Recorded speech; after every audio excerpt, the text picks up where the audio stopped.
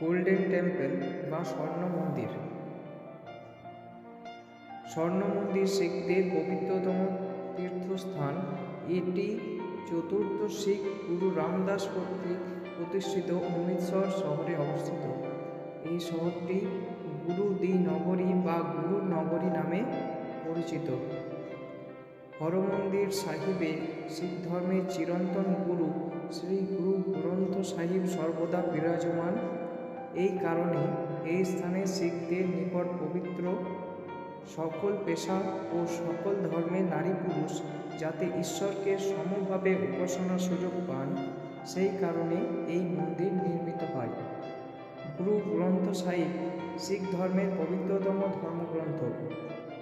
1708 সালের 7ই অক্টোবর দশম গুরু গোবিন্দ সিংহ এই গ্রন্থকে শিখদের চিরন্তন গুরু ও শিখ ধর্মের নেতা ঘোষণা করে যান।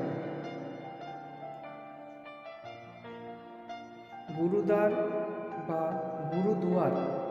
গুরুদ্বার যার অর্থ হল গুরুর দরজা, শিখদের সমাবেশ ও উপাসনার স্থান। শিখরা গুরুদ্বারগুলিকে গুরুদ্বার সাহেবও বলে। প্রতিটি গুরুদ্বারে একটি দরবার সাহেব রয়েছে, যেখানে শিখদের বর্তমান ও চিরস্থায়ী গুরু ধর্মগ্রন্থ গুরু গ্রন্থ সাহিবকে একটি তাখাত অর্থাৎ একটি উন্নত সিংহাসন, একটি বিশিষ্ট কেন্দ্রীয় অবস্থানে স্থাপন করা হয়েছে। রাগীরা, যারা রাগগুলি গায়, মণ্ডলীর উপস্থিতিতে গুরু গ্রন্থ সাহিবের আয়াতগুলি আবৃত্তি করেন, গান করেন এবং ব্যাখ্যা করেন।